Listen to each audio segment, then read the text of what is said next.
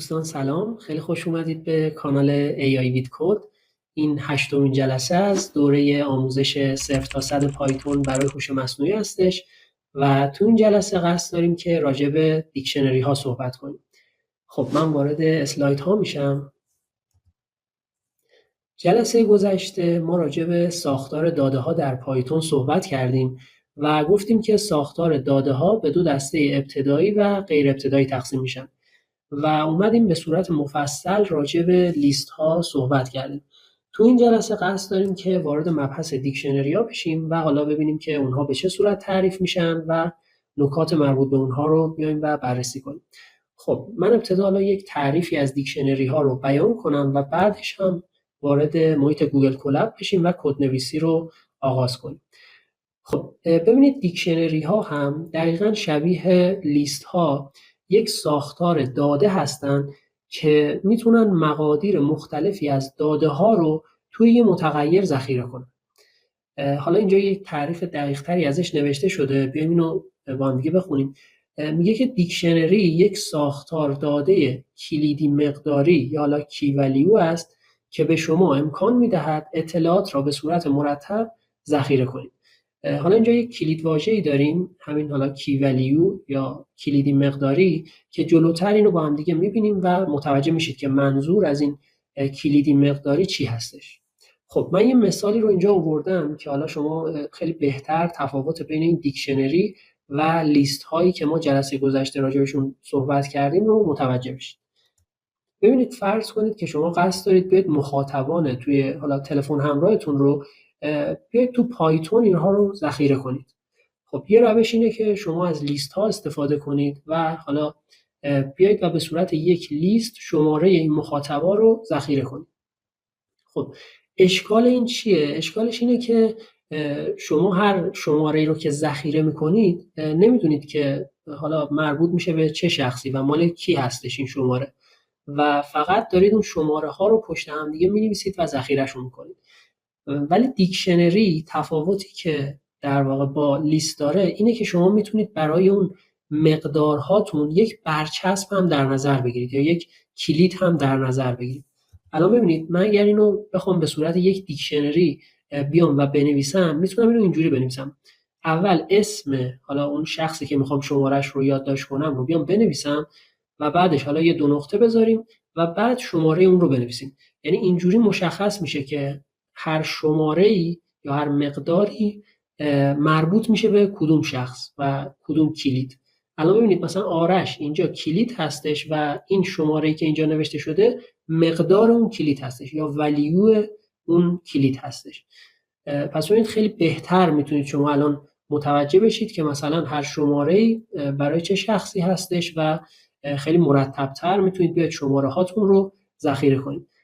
پس ببینید تفاوت‌هایی که حالا لیست و دیکشنری با هم دیگه دارن، حالا یکی نحوه نمایششون هست. لیست ها رو ما توی براکت نشون میدیم ولی حالا دیکشنری ها رو توی آکولات در واقع میایم مینویسیم و تفاوت دیگه‌شون هم اینه که ما توی لیست فقط حالا اون مقدارها رو مینویسیم، اما توی دیکشنری ما برای هر مقدار یک کی یا حالا اون کلید هم قرار میدیم و هر مقداری در واقع هر ولیوی یک کلید داره.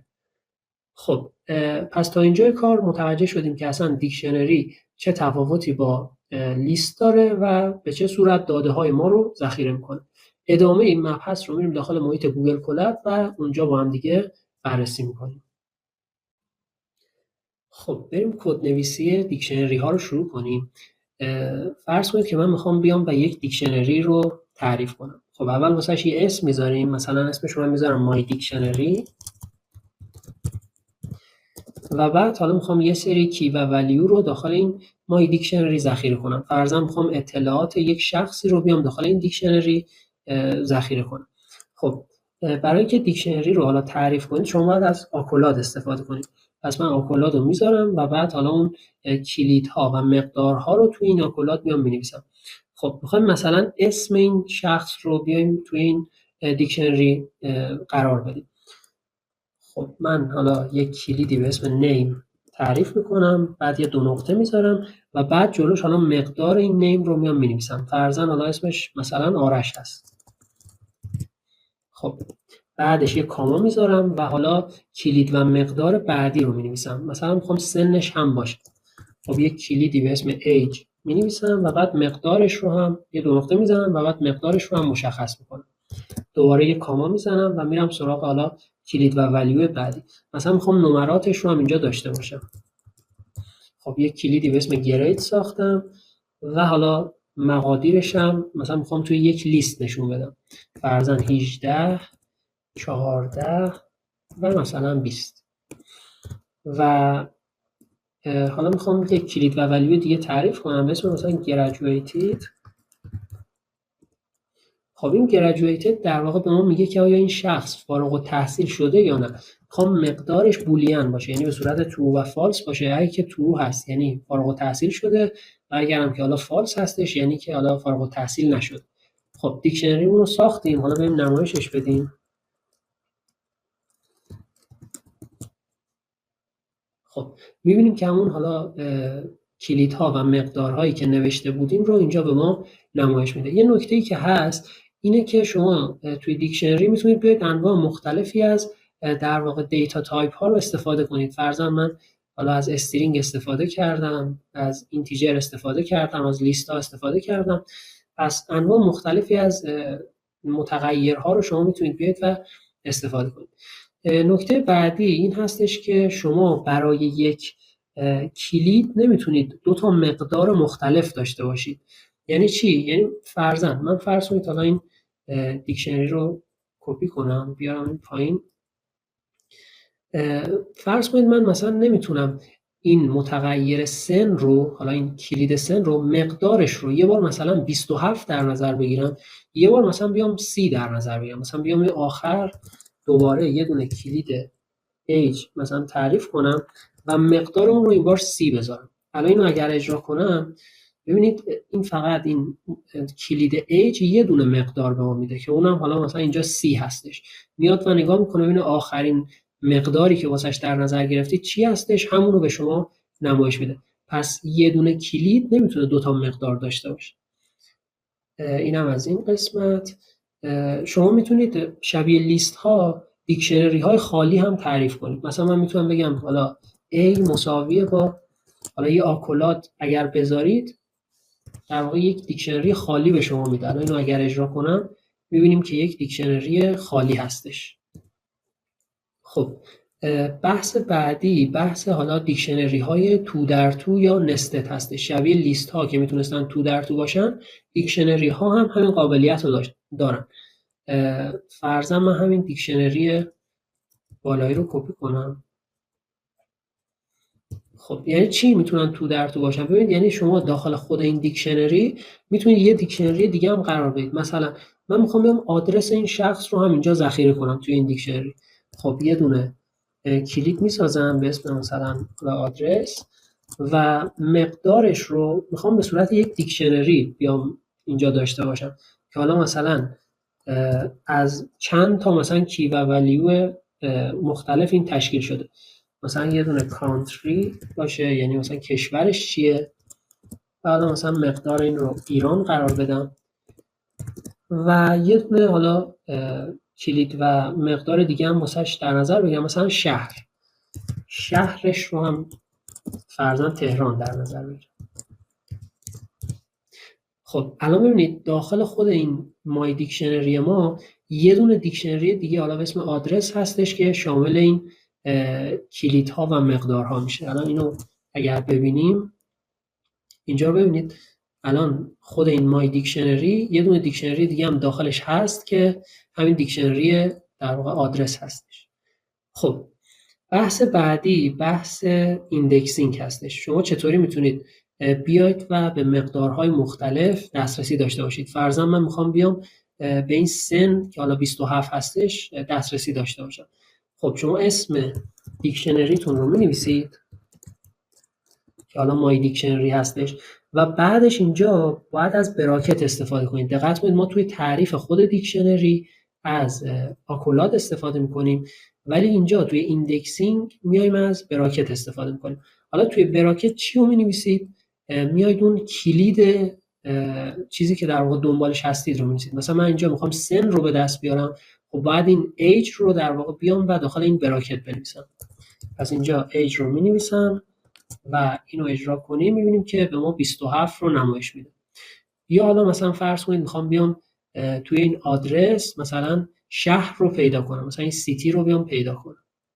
خب بازم باید همون مای دیکشنری رو بنویسیم و بعدش حالا بیایم توی قسمت آدرس، من یه کپی کنم اینجا و بعد این حالا اینو پرینت بگیریم. ببینید این خودش شامل این دیکشنری هستش که شامل کانتریه و سیتی و حالا چون من شهر رو میخوام باید وارد این سیتی بشم، پس دوباره یه دونه براکت جدید میذارم و حالا سیتی رو اینجا میام مینویسم. خب الان میبینیم که تهران رو برای ما نمایش داد. خب پس به این صورت میتونید در واقع اندیش‌دهی کنید و به مقادیر مختلف دسترسی داشته باشید. خب بحث بعدی بحث تغییر دادن مقدارهای یک دیکشنری هستش. فرضاً من میخوام مثلا این شهر رو از تهران بیام تبدیل کنم مثلا به شیراز. خب کاری که باید انجام بدید اینه که اولا برید اون مقدار رو پیدا کنید، مثل اینجا که الان من نوشتم مای دیکشنری، بعد آدرس، بعدش حالا سیتی و بیایید اون رو با مقداری که میخواید جایگزین کنید. خب من همین رو کپی کنم یه دوباره بنویسم. فرضاً من میخوام این تهران تبدیل بشه به شیراز. خب یه مساوی میذارم و مقداری که میخوام رو مینویسم، مثلا شیراز رو میام اینجا مینویسم. خب الان اگه دوباره من مای دیکشنری رو فراخونی کنم، خب میبینیم که حالا این سیتی ما تبدیل شد به شیراز.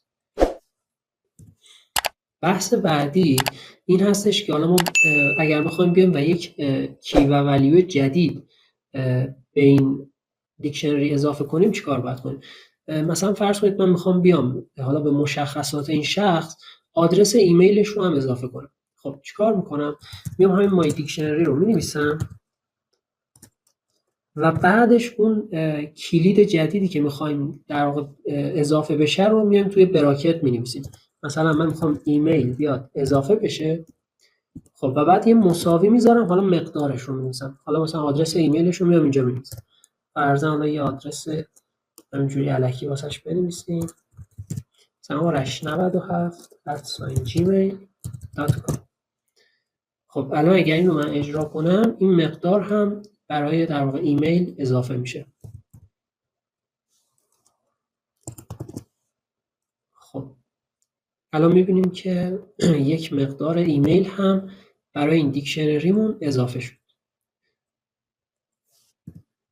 خب بیایم سراغ متدها در دیکشنری. حالا اونطوری که توی لیست ها ما متدها و فانکشن های مختلفی داشتیم ببخشید توی دیکشنری ها هم ما متدهای مختلفی داریم. به عنوان نمونه مثلا دات کیز یه دونه از این متدها هستش که حالا دات کیز کارش چیه؟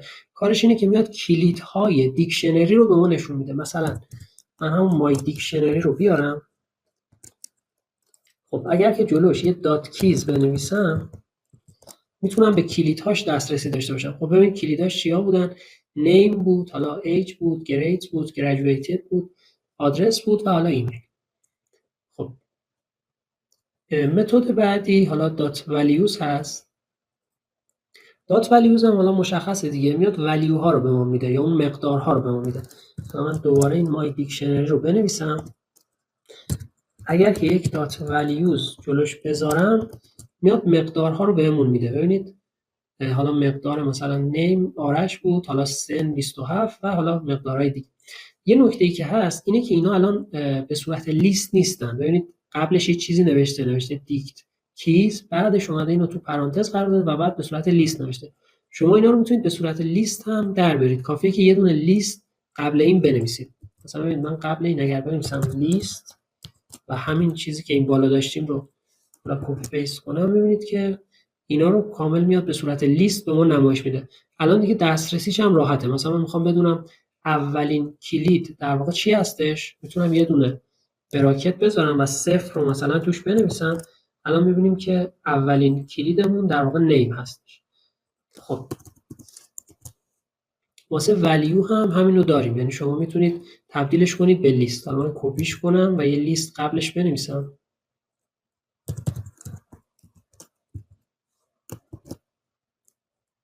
خب میبینیم که حالا این ولیو های ما هم تبدیل شدن به یک لیست. مثلا من میخوام بدونم آخرین ولیو ما چی هستش، میتونم یه براکت بذارم -1 رو بنویسم و آخرین ولیو رو به من نمایش میده. خب بیایم سراغ دات آیتم. ببینید کی که مشخص بود به ما کلیدها رو میداد، ولیوز هم که به ما مقدارها رو میداد. دات آیتم میاد هر دوی اینا رو همزمان دوتا رو به ما میده. یعنی من بنویسم حالا مای دیکشنری و بعدش حالا یه دات آیتم اگر آخرش بذارم میاد هر دوتای اینا رو به ما میده. ببخشید دات آیتمز هستش. خب الان ببینید میاد به صورت جفت یا به صورت پیر اینا رو به ما میده، مثلا نیم و حالا آرش، حالا ایج و حالا 27 گریدز و حالا این لیستی که اینجا داریم و به همین صورت. یعنی هم کلیدا رو میده و هم مقدارهاشون رو، که حالا اینا به صورت یک تاپل هستن که حالا جلسه آینده ما بحث تاپل ها رو هم میایم و بررسی میکنیم. خب اینو هم میتونید به صورت یه لیست درارید، یعنی اگه یه لیست قبل این بنویسید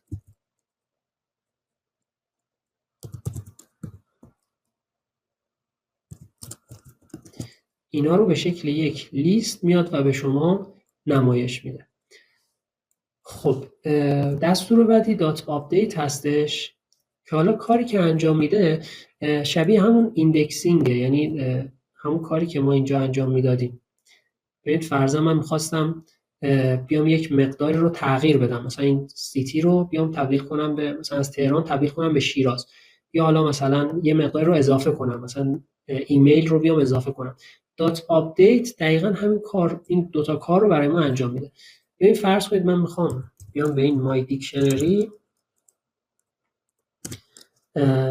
بیام فرضاً یک چیزی مثلا داخلش تغییر بدم. حالا مثلا بیام مثلا سن رو از 27 فرضاً بکنم 30. خب یه دات آپدیت میذارم، می‌نویسم اینجا و بعد حالا پرانتز رو میذارم. بعد حالا باید بیاید چیکار کنید؟ باید بیاید یه دیکشنری تعریف کنید، یعنی آکولات بذارید. حالا دقیقاً همون متغیری که میخواید تغییر بدید، مثلا سن رو بیاید حالا 2 نقطه رو بذارید و تغییرش بدید، مثلا اینو میخوام 30 بذارم. خب اینو اگه اجرا کنید، من دوباره مای دیکت رو پرینت بگیرم، مای دیکشنری رو، خب می‌بینیم که مای دیکشنری ما حالا متغیر سنش تبدیل شد به 30. یا اگر بخوام بیام و یه چیزی به این اضافه کنم، مثلا میخوام وزن رو هم بیام به حالا این دیکشنری اضافه کنم. خب ببین مای دیکشنری رو می‌نویسم، یه دات آپدیت هم جلوش میذارم، پرانتز باز و بسته و بعد آکولات میذارم. حالا فرض کنید که میخوام یک کلید و حالا مقدار جدید بیام به این اضافه کنم، یعنی مثلا وزن رو میخوام بیام به این اضافه کنم. خب کلیدش رو ویت گذاشتم و مثلا مقدارش هم میخوام 70 بذارم. خب الان دوباره اگر مای دیکشنری رو نشون بدیم، خب میبینید که حالا این کلید و مقدار حالا وزن و 70 هم به این اضافه شد. خب پاپ آیتم حالا یکی دیگه از متدها هستش. پاپ آیتم کاری که انجام میده اینه که میاد و اون عنصر آخر، اون کی ولیو آخری رو حذف میکنه. الان من مای دیکشنری رو بنویسم. خب اگه که یک دات پاپ آیتم بیام این جلوش بذارم، کاری که انجام میده اینه که اون عنصر آخر رو واسه من حذف میکنه. الان خودش هم میگه کدوم رو حذف کرده، اون ویت و 70 رو برای ما حذف کرده. دوباره اینو ببینیم، میبینید که الان دیگه تا ایمیل هستش و اون وزن حذف شده. خب دات پاپ چیکار میکنه؟ ببینید دات پاپ میتونه شبیه همون لیستیه، میتونید باش بیاید اون کلیدی که حالا میخواید حذف کنید رو با میتونید حالا دیلیتش کنید. فرضاً من مای دیکشنری رو باز بنویسم. خب یه دات پاپ میذارم و بعدش توی این پرانتز باید بیاید اون کلید و مقداری که میخواید حذف بشه رو بنویسید. مثلا من میخوام ایمیل حذف بشه. خب این ایمیل رو باید بیام اینجا بنویسم. خب الان اگه دوباره این دیکشنری رو ما ببینیم، خب ملاحظه میکنید که الان ایمیل و مقدارش حذف شده. خب مورد بعدی دات کپی هستش. حالا توی لیست ها هم ما همینو داریم اونجا دیگه، چون تعداد متدا خیلی زیاد بود من نگفتم، گذاشتم واسه این جلسه. این دات کپی چیکار میکنه؟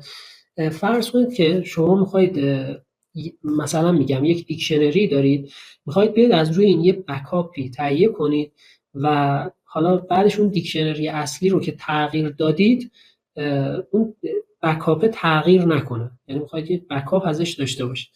ببینید اگر من بیام اینو اینجوری بنویسم، مثلا میگم بیام مثلا بنویسم کپی مساویه با همون مای دیکشنری رو بنویسم. خب چه اتفاقی میفته؟ این کپی هم دقیقاً یه دیکشنری میشه شبیه همون مای دیکشنری که داشتیم. ولی حالا اگر شما بیایید و این مای دیکشنری رو تغییر بدید، مثلا من بیام این مای دیکشنری رو فرضاً این کلید نیم رو مقدارش رو تغییر بدم، مثلا مقدارش رو فرضاً این نیم رو بیام مقدارش رو فرضاً بذارم علی. خب الان ببینید من مای دیکشنری رو تغییر دادم ولی این کپی هم باهاش تغییر میکنه. الان ببینید مای دیکشنری تغییر پیدا کرد و شد علی. کپی رو هم اگر نشون بدیم، کپی هم دوباره مقدارش تغییر کرده و تبدیل شده به علی. خب ما نمیخوایم چه این اتفاقی بیفته، ما میخوایم اگر اون دیکشنریمون رو تغییر دادیم اون بکاپش دیگه تغییر نکنه، اون ثابت باشه. واسه این کار میایم از دستور دات کپی استفاده میکنیم. فرض کنید که حالا من این مای دیکشنری رو دوباره بیام متغیرش رو عوض کنم، مثلا باز همون آرش بذارم.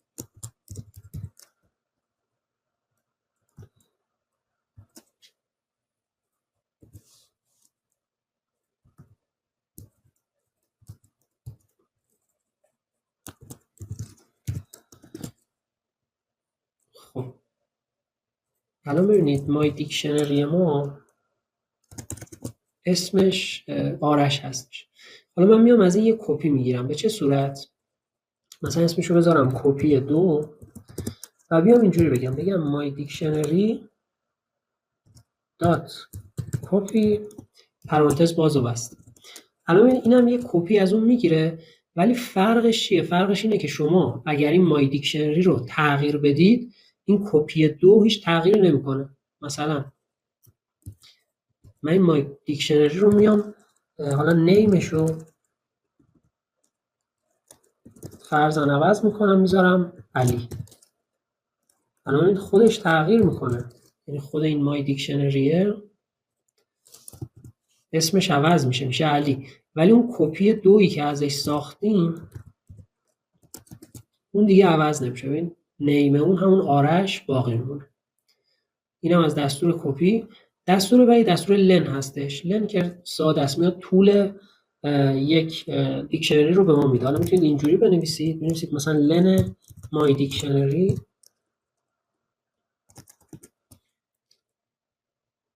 خب اینو من اشتباه نوشتم. خب الان لنش 5 دیگه. حالا مای دیکشنری و این بالا داریم. ببین این 1 این 2 3 4 و 5. یا حالا میتونید از این دستور هم استفاده کنید. بیایید اینجوری بنویسید مای دیکشنری دات آندرلاین لن دوباره آندرلاین پرانتز باز و بسته. اینم همونه، هیچ تفاوتی نداره. به نظر مثلا این بالایی استفاده کنید خیلی راحت تر هستش.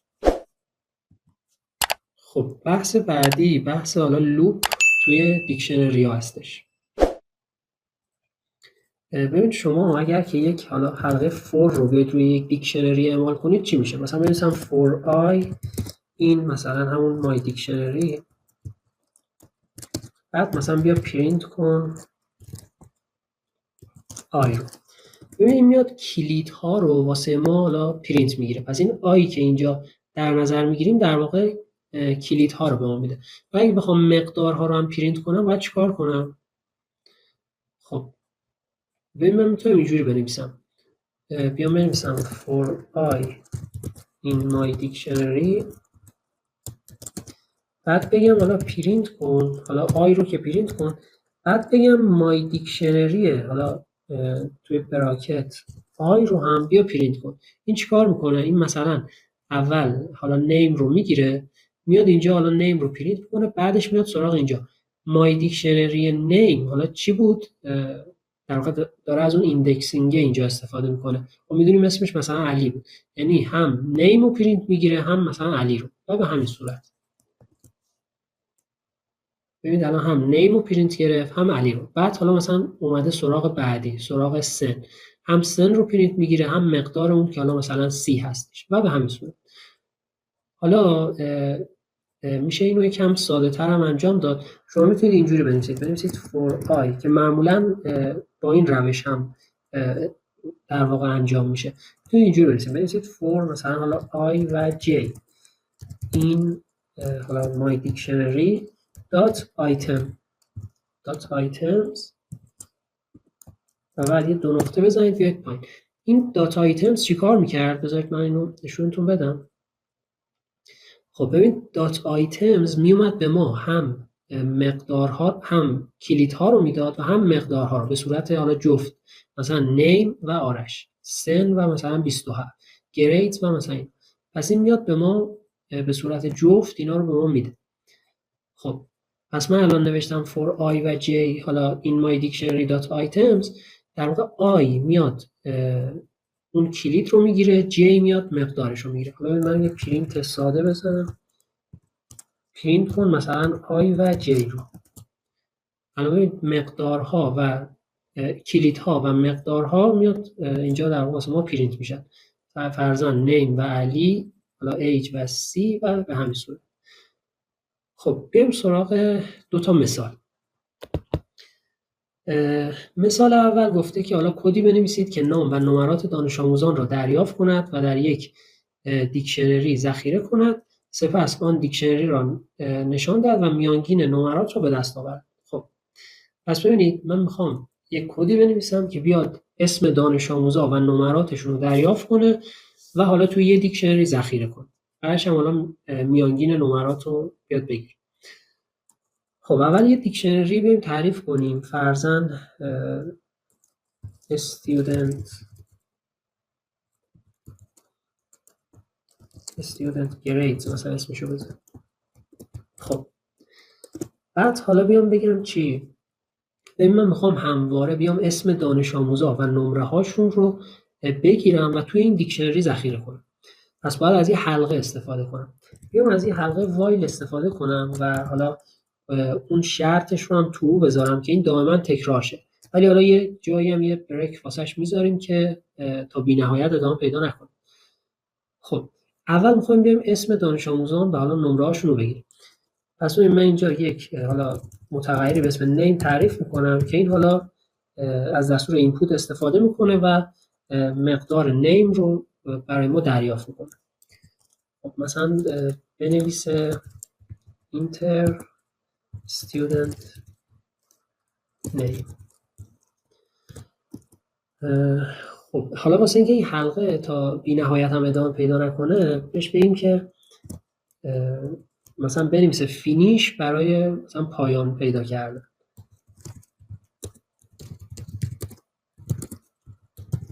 یعنی هر وقت حالا دستور فینیش رو نوشت ما دیگه این حلقه‌مون باید تموم شه. پس من اینجا میگم اگر که نیم ما حالا فینیش بود چیکار کن؟ بیا این حلقه رو بریک کن. خب پس الان ما اسم رو گرفتیم، حالا باید نمرش هم بگیریم دیگه. مثلا یه متغیری به اسم گرید تعریف کنیم، این هم باز از اینپوت استفاده میکنه و نمره رو میگیره. مثلا اینتر student grade. حالا اینو فلوتش کنم که به صورت عددی به ما اینو بده. خب و حالا میخوایم چیکار کنیم؟ میخوایم بیایم این نیم و گرید رو توی استودنت گرید، یعنی توی این دیکشنری ذخیره کنیم. خب چطوری میتونم اینو ذخیره کنم؟ میخوام از همون ایندکسینگ استفاده کنم. میگم student grade، حالا اینجا اسم اون کلیدش رو می نویسم، کلیدش که اسم دیگه نیمه، نیمش رو مساوی چی بذار؟ مساوی گرید بذار. فرضاً طرف مثلا اسمش رو نوشته علی، نمرش هم زده مثلا 18. خب این توی اون دیکشنری میشه علی 2.18. خب پس اینا رو میاد به این صورت واسه ما ذخیره میکنه. حالا میگیم چی؟ حالا گفته سپس آن، الان ببینید اینا رو توی دیکشنری ذخیره میکنه با این چیزایی که ما نوشتیم و گفته سپس آن دیکشنری را نشان داد و میانگین نمرات را به دست آورد. خب واسه اینکه دیکشنری رو نشون بده حالا میتونیم از یه پرینت استفاده کنیم. بیا پرینت کنیم student grade رو.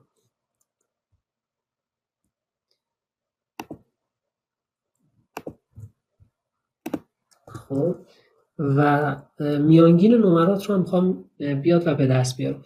ببین اینجا خیلی ساده میتونید به این صورت عمل کنید. یه در واقع متغیر اوریج بیاید تعریف کنید که حالا این چیکار میکنه؟ میاد و اون ولیوها و مقدارها که همون نمرات این دانش آموزان هستن رو با هم دیگه جمع میزنه و تقسیم بر تعداد میکنه. چجوری میتونیم رو بنویسیم؟ خب میتونم بگم این student grade رو بیا ولیوهاش رو چیکار کن؟ ولیوهاش رو با هم جمع بزن. از یه دستور سام استفاده کنم. این دستور حالا شاید اولین بار باشه که اینجا میبینید.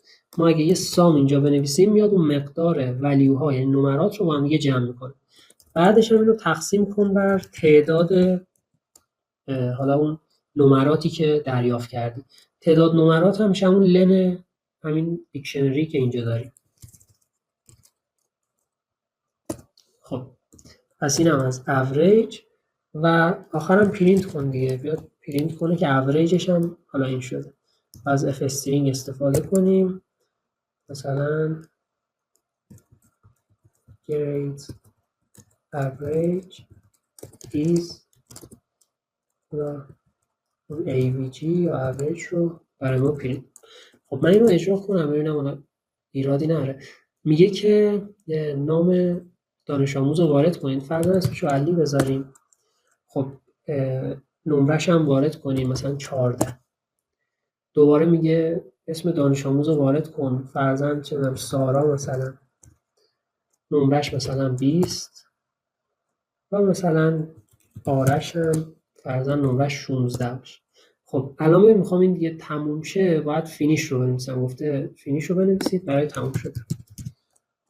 فینیش رو می‌نویسم. حالا ببینید دیکشنری رو به ما نشون داد که حالا نمرات و اسم اون افراد هست و بعدش هم میانگین اینها رو به ما داد.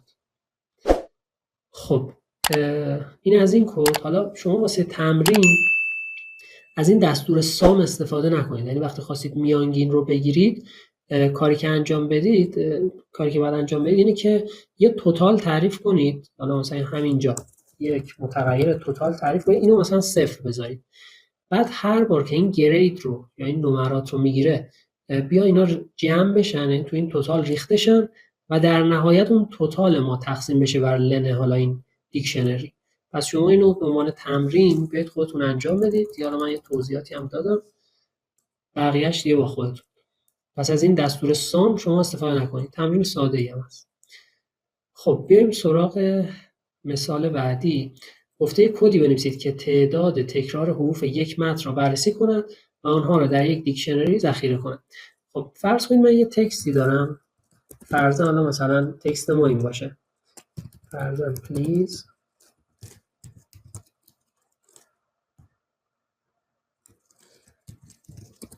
مثلا please subscribe AI read کن. خب خب این تکست ما هستش. ما میخوایم چی رو به دست بیاریم؟ میخوایم تعداد تکرار حروف رو مثلا بیاد نگاه کنه، بگیم مثلا حرف P چند بار تکرار شده یا مثلا حرف A چند بار تکرار شده و اینا رو توی یه دیکشنری ذخیره کنه و به ما نشون بده. خب چطوری میتونم اینو بنویسم؟ اول بیام یه دیکشنری خالی تعریف کنم. مثلا اسمشو میذارم دیکته 1 مثلا. خب یه دیکشنری خالی. خب ببینید ما باید بیایم توی هر قدم هر کدوم از این حروف رو بگیریم، مثلا پی رو بگیریم و بعد اگر که حالا اولین بار هستش که حالا داریم اون حرف رو در واقع میگیریم، خب بگیم که این مقدار رو 1 بذار. ولی اگر که حالا مثلا بار دوم هستش، یعنی مثلا یه پی اینجا بود، دوباره رفتیم جلوتر یه پی دیدیم، چیکار کن؟ بیا اون مقدار اولی که داری رو به اضافه 1 کن، یعنی یه دونه زیادش کن. پس ببین من چطوری می‌نویسم؟ باید از یه حلقه فور استفاده کنیم که تک تک این حروف رو بیاد و در واقع بررسی کنه. پس می‌نویسم فور، حالا مثلا کاراکتر این راست میشم که تکسته. خب برای کاراکترهای توی این تکست بیا چیکار کن؟ اگر که این کاراکترها توی دیکته 1 در واقع هستن، یعنی توی این دیکشنریه اون کاراکتر رو قبلا بردی و یعنی قبلا دیدیش و اون رو آوردی اضافه کردی توی این دیکشنری 1. خب چیکار کن؟ بیا دیکته 1 اون مقدار اون کاراکتر رو بیا به اضافه 1 کن دیگه، یه دونه زیادش کن. مثلا فرضاً این آ رو قبلا دیده، بعد دوباره مثلا اینجا اومده رسیده به آ. خب اول که اینو دیده خب 1 گذاشته دیگه، یه دونه 1 به مقدار این کاراکتر آ داده. بعد دوباره که این کاراکتر آ رو میبینه باید یه دونه زیادش کنه، باید در واقع تبدیل بشه به 2. پس اینو میذارم به علاوه مساویه با 1.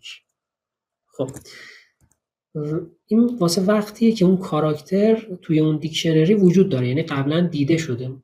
حالا اگر که اینجوری نباشه، در غیر این صورت، یعنی اولین بار باشه که ما مثلا به اون حرف میرسیم، مثلا این پی رو واسه اولین بار میبینه، باید چیکار کنه؟ باید مقدارش رو 1 بذاره. پس حالا دیکته 1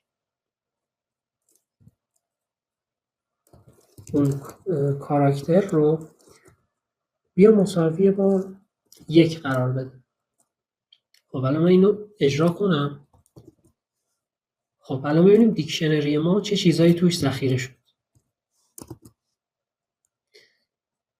خب ببین میگه که حرف پی ما یه دونه ازش هست. حالا پی فقط یکی داریم. یا مثلا حرف ای رو گفته 4 تا ازش ما داریم. حالا ای رو من نگاه کنم، ببین یه دونه اینجا هست، این 1، این 2، این 3 و 4. پس داره درست عمل کنه. فقط یه مشکلی که داره، حالا این پایین دارم نگاه میکنم، اینه که مثلا ای کوچیک و ای بزرگ رو اومده اصلا تفکیک کرده. من اگه اینجا یک حالا لوور بذارم، همه حرفا رو کوچیک میکنه و دیگه این مشکل هم برطرف میشه. خب الان میبینیم که دقیقاً اومده و این حروف رو برای ما شمرده و گفته که هر کدوم از این حرفا چند بار در واقع تکرار شدن. خب امیدوارم که این جلسه هم واسهتون مفید واقع شده باشه و استفاده لازم رو برده باشید. تمرینی که گفتم رو حالا میتونید حل کنید و توی کامنت ها هم بذارید که حالا من نگاه کنم و اگر که حالا جایش اشکالی چیزی داشتیدم بهتون بگم. اگه سوالی هم بود هر جا رو متوجه نشدید بپرسید که من دوباره اون رو واسهتون حالا توی کامنت ها توضیح بدم. خسته نباشید. خدا نگهدار.